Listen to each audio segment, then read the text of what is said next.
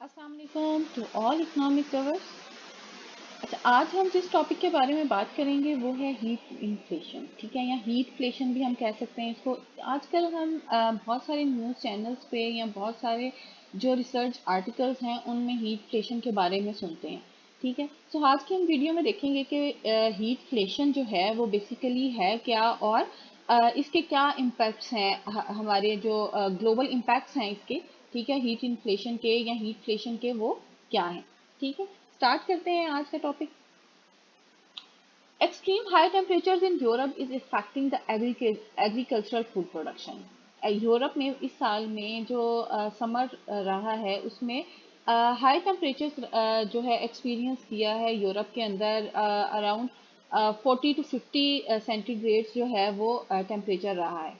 ठीक है, तो एक्सट्रीम जो हाई टेम्परेचर रहा है यूरोप के अंदर वो उसने फूड की प्रोडक्शन जो है या एग्रीकल्चरल फूड प्रोडक्शन को बहुत ज़्यादा इफेक्ट किया है। अब इस इफेक्ट की वजह से जो फूड की प्राइसेस हैं, ऑब्वियसली फूड की जो प्रोडक्शन जब कम हो जाती है या फूड की प्रोडक्शन किसी भी डिजास्टर का शिकार होती है तो उससे फूड की प्राइसेस जो हैं वो बहुत ज़्यादा राइज हो जाती हैं। सो जो हीट वेव्स की वजह से फूड की प्राइसेस इंक्रीज हुई हैं उसको हम बेसिकली हीट फ्लेशन का नाम देते हैं। ठीक है, सो हम इसको अगर हम कॉम्प्रिहेंसिवली अगर हम इसकी बात करें तो एक जो डेफिनेशन बनती है वो ये बनती है कि एक्सट्रीम हाई टेम्परेचर्स की वजह से जो फूड प्राइसेस इंक्रीज होती हैं उनको हम हीट फ्लेशन कहते हैं। As warmer weather become the norm, will heatflation become a regular concern? तो ये हमारा बेसिकली हर एक इंसान का कंसर्न है कि अब जो टेम्परेचर है वो तो डे बाय डे या ईयर बाय ईयर जो है वो इंक्रीज करता जा रहा है। ठीक है, जो ग्लोबल वार्मिंग है वो एक मसला बनता ही जा रहा है मुख्तलिफ ममालिक का। ठीक है, सो जो हमारे आइस ग्लेशियर्स थे वो मेल्ट होते जा रहे हैं और टेम्परेचर में बहुत ज़्यादा चेंज आता जा रहा है। तो क्या ये अब हमारा जो हीट फ्लेशन है ये मसला एक लॉन्ग लास्टिंग रहेगा या हमेशा रहेगा, या ये कभी एंड हो सकता है या हम इस पे कभी काबू पा सकते हैं। ठीक है, तो अब इसका जवाब देखने की कोशिश करते हैं कि फ्रांस और ग्रीस, स्पेन, पुर्तगाल, इन सब में जो हमने टेम्परेचर ऑब्जर्व किया वो तकरीबन 40 डिग्री सेंटीग्रेड था। ठीक है, जिससे बहुत ज़्यादा जो वाइल्ड फायर्स थी, जंगलों में आग लगनी काफ़ी जगह पे। ठीक है, और उससे जो थाउजेंड ऑफ पीपल थे, इनहेबिटेंट्स थे उन एरियाज के अंदर, उन्होंने अपना घर छोड़ दिया क्योंकि उनके घर जल गए या फिर और वो वहां से माइग्रेट कर गए। यूके में भी हमने यही जो एक्सपीरियंस किया कि 40.3 सेंटीग्रेड जो हमारा टेम्परेचर था वो 40.3 सेंटीग्रेड तक रहा। ठीक है, तो उससे क्या हुआ कि जो हेल्थ इमरजेंसी है वो बहुत ज़्यादा इंक्रीज हो गई यूके के अंदर, क्योंकि आग लगने के वाकयात और जो हीट स्ट्रोक के वाकयात थे वहाँ पे वो बहुत ज़्यादा होने लग गए।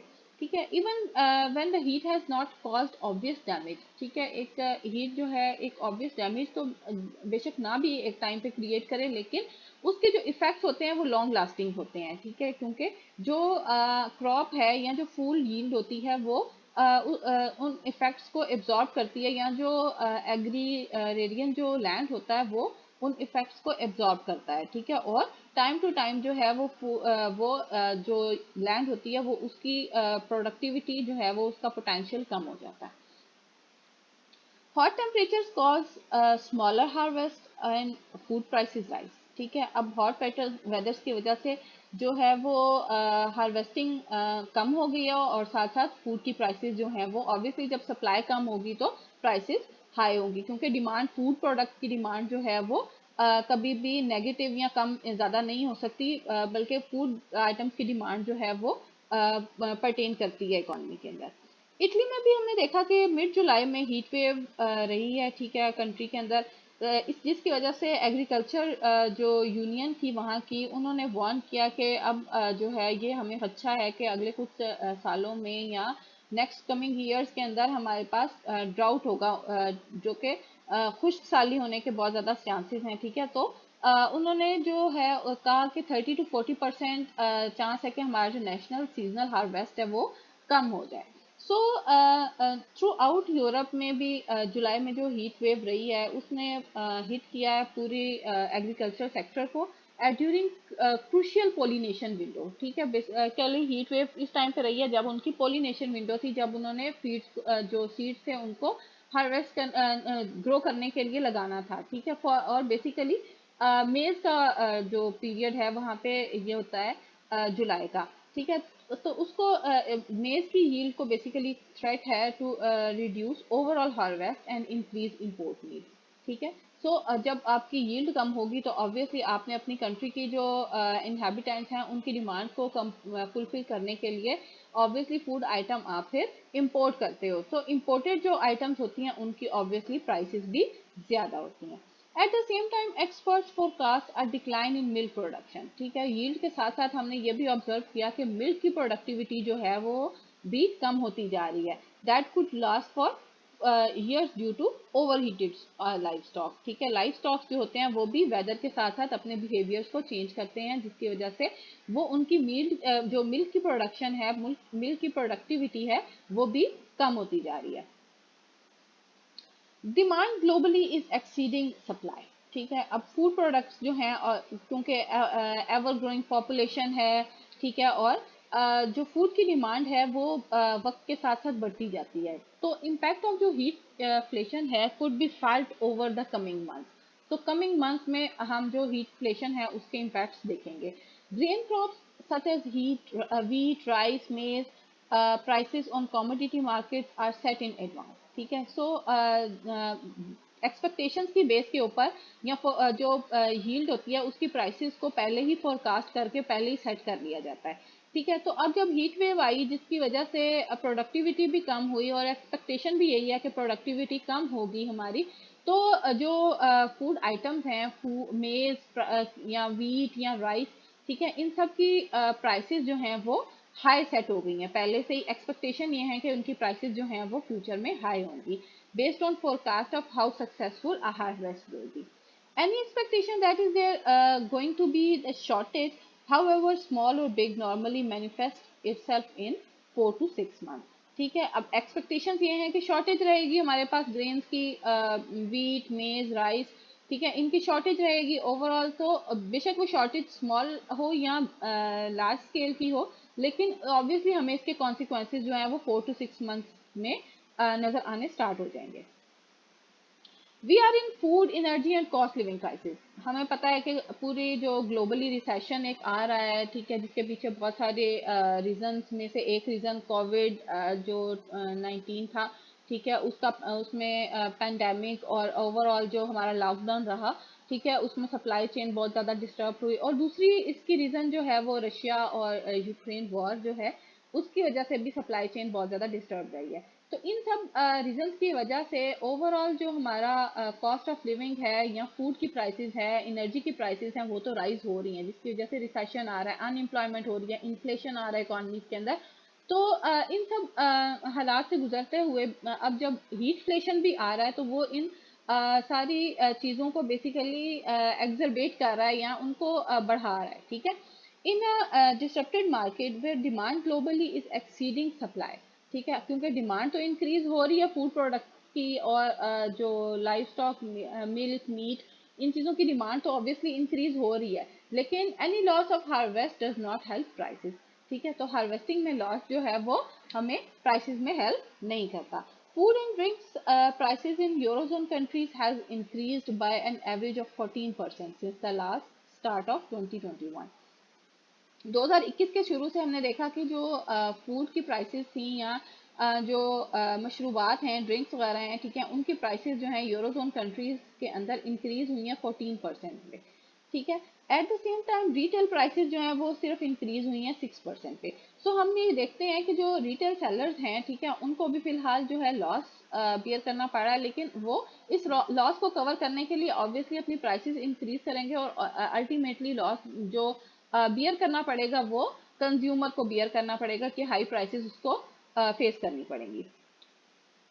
Average European consumer will be spending an extra 243 euros for a basket of food products compare to 221, ठीक है। 2021 में जो आप फ्रूट बास्केट एक लेते थे, एक हाउस होल्ड जो यूज़ करता था, ठीक है, उससे अब उनको 243 यूरोस जो हैं वो एक्स्ट्रा पे करने पड़ रहे हैं अपने फूड की रिक्वायरमेंट्स को पूरे करने के लिए।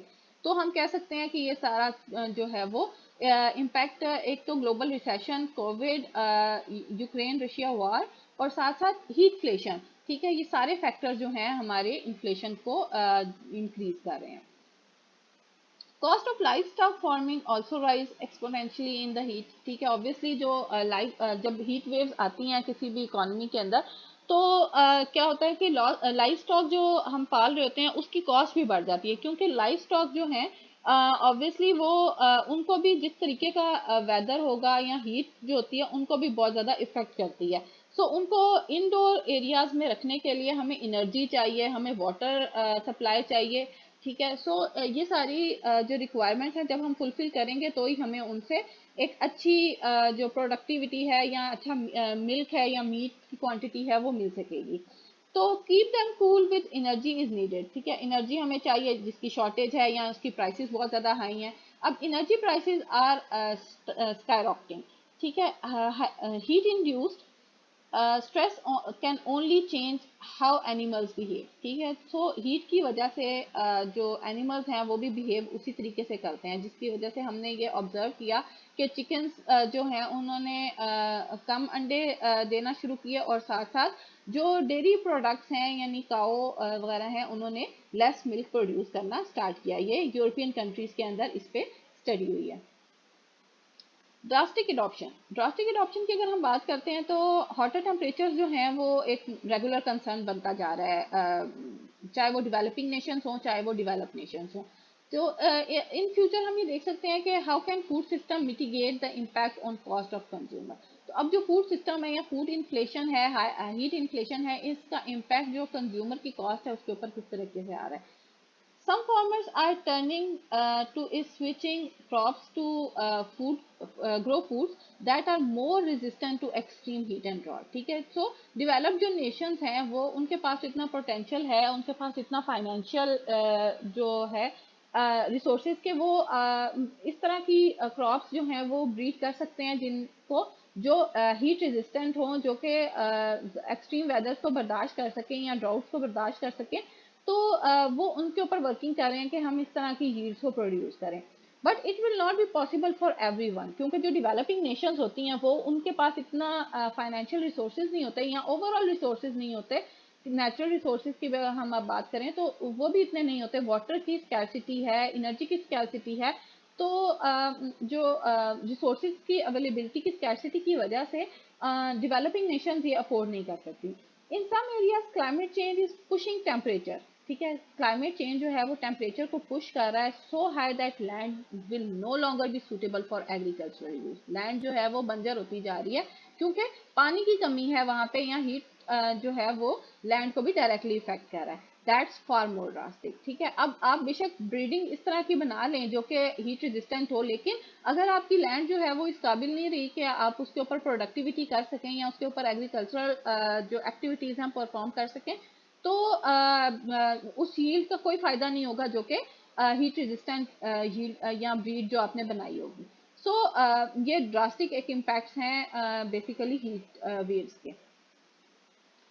Resilient system is more expensive, which would not make for cheaper food cost. Obviously, जब आप एक्सपेंसिव तरीके से फूड ग्रो करेंगे तो ऑब्वियसली आप उसकी कॉस्ट भी ज़्यादा पड़ेगी और उसकी प्राइसेस भी ज़्यादा होंगी। But it would ensure food provision, लेकिन क्या होगा कि फूड की प्रोडक्ट प्रोविजन जो है अवेलेबिलिटी इंश्योर हो जाएगी, स्कैसिटी नहीं होगी इकोनॉमी के अंदर। लेकिन ये सब जो हैं वो सिर्फ डेवलप नेशंस जो हैं वो अफोर्ड कर सकती हैं। But was less vulnerable to climate shocks, benefiting consumers and even increasing political stability, ठीक है। कंज्यूमर्स को भी बेनिफिट करेगा ऑब्वियसली, और साथ साथ पॉलिटिकल स्टेबिलिटी, जो कि फूड और हंगर की वजह से भी पॉलिटिकल अनरेस्ट आ जाता है इकोनॉमी के अंदर। ऑब्वियसली हमने देखा कि इन्फ्लेशन जब इकोनॉमीज के अंदर आया है, ऑयल इन्फ्लेशन या ओवरऑल फूड प्राइसेस इन्फ्लेशन, तो जो पॉलिटिकल इंस्टेबिलिटी है वो बहुत ज़्यादा अकर हो गई है, और बहुत सारी इकोनॉमीज जो हैं वो इलेक्शंस की तरफ जा रही हैं दोबारा, ताकि जो है हम नए अपने रूलर्स जो हैं वो सिलेक्ट कर सकें। जून 2010 में एक्सट्रीम हीट वेव्स आई थी रशिया और यूक्रेन में, जिनकी वजह से यील्ड की प्रोडक्टिविटी बहुत ज़्यादा लो हो गई थी to about some amount of the current war has. ठीक है, सो अब जितनी अभी हुई है तकरीबन उस टाइम पे भी इतनी ही जो फूड की या जो रिसोर्स की कंस्ट्रेंट था हमें नज़र आया। अब उसका रिजल्ट ये हुआ था कि जो प्राइसेस जो थी व्हीट फ्लोर की बहुत ज़्यादा हाई हो गई थी। ठीक है, ड्रामेटिकली उनका ऊपर इफेक्ट आया था ग्लोबल लेवल के ऊपर, इंक्रीजिंग फूड इनसिक्योरिटी, पावर्टी और civil unrest in multiple countries. So एक कंट्री के अंदर कोई भी शॉक आता है जब भी सप्लाई का, तो उससे बहुत सारी जो इंटरलिंक्ड इकोनॉमीज होती हैं उनके ऊपर भी बहुत ज़्यादा ड्रास्टिक इम्पैक्ट्स आते हैं उसके। era of cheap food is coming to an end। ठीक है, ऑब्वियसली हमने जब बात की कि ओवरऑल हमारी डिस्कशन का क्रक्स ये है कि तो era of cheap food is coming to an end। अब हमें सस्ता फूड जो है वो मिलना या फूड अपनी रिक्वायरमेंट्स को पूरी करना एक हैवी कॉस्ट बीरिंग जो पड़ेगा। 2021 में साउदर्न चाइना में हैवी समर रेन हुई और फ्लड आ गया। ठीक है, जिसकी वजह से जो यील्ड थी राइस की, फ्रूट्स की और वेजिटेबल्स की प्रोडक्शन वो कम हो गई। Droughts impacted winter heat yields. ठीक है, जो खुश साली है उसकी वजह से जो विंटर यील्ड्स हैं वो बहुत ज़्यादा इफेक्ट हुई यूएस में, और साथ साथ अर्जेंटीना में कॉर्न और सोयाबीन की जो क्रॉप्स थी वो भी बहुत ज़्यादा इफेक्ट हुई। All this disruption does not bode well for what is to coming next. ठीक है, अब ये सारी जो डिस्ट्रप्शन है ये हमें उसके बारे में सोचने पे मजबूर भी करती हैं कि अब हमारा फ्यूचर क्या होगा। So looking ahead, global food system is too fragile. अगर ओवरऑल एक जर्नल बात करें तो हमारा जो फूड सिस्टम होता है ग्लोबल वो फ्रेजाइल होता है, यानी वो शॉक्स को एब्जॉर्ब करने वाला होता है। ठीक है, बेशक वो क्लाइमेटिक शॉक्स हों या फिर दूसरे शॉक्स हों, उन सबको कोई वॉर वगैरह की वजह से कोई सप्लाई शॉक आ जाए उनको एब्जॉर्ब कर लेता है। And therefore we need to think about increasing its resilience. तो हम लेकिन हमें उसकी रेजिलियंस को बढ़ाने के लिए काम करने की जरूरत होगा। लेकिन इस सब जो डिस्कशन है उसका हमारे पास क्रक्स यही निकलता है कि the era of cheap food is coming to an end। Thanks for watching, happy learning।